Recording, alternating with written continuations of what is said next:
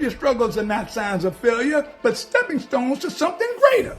How might your journey change if you believe that God is using every setback to prepare you for a breakthrough? My name is Tony Lewis, and here I am again, y'all, and it's my plum-pleasing pleasure to share with you today a few minutes for us.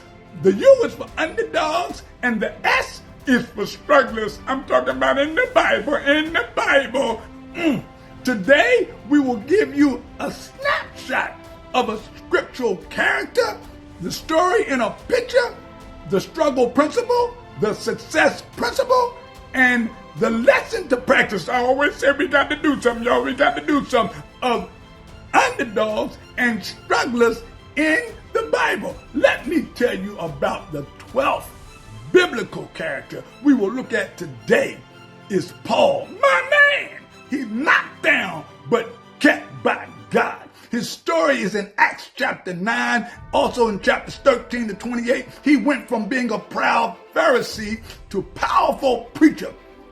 Paul was once a proud Pharisee who punished Christians. But after meeting Jesus on the road to Damascus, he became a powerful preacher who shared Jesus with people everywhere. Check it out.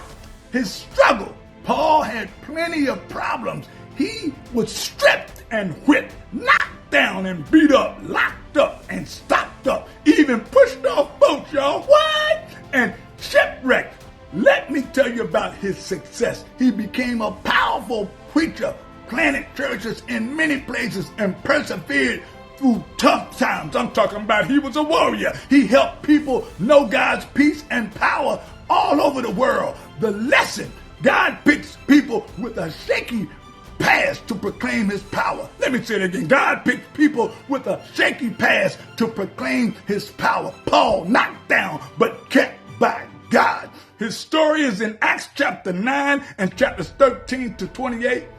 Remember, when you struggle and face stripping seasons, spiritual storms, and sudden setbacks, stuff come on you quick. When you are whipped by worry and knocked down by criticism and boxed in by betrayal, when you feel imprisoned by problems or shipwrecked by life's surprises, remember when you succeed and rise from the pain and become a powerful proclaimer of the Prince of Peace. When you plant seeds of faith in others and have pushed through the fear and become a living letter of God's love, read and known by people across the nations, in your neighborhood and everywhere. Remember the lesson: God picks people with a shaky past to proclaim his power. Let me say that again.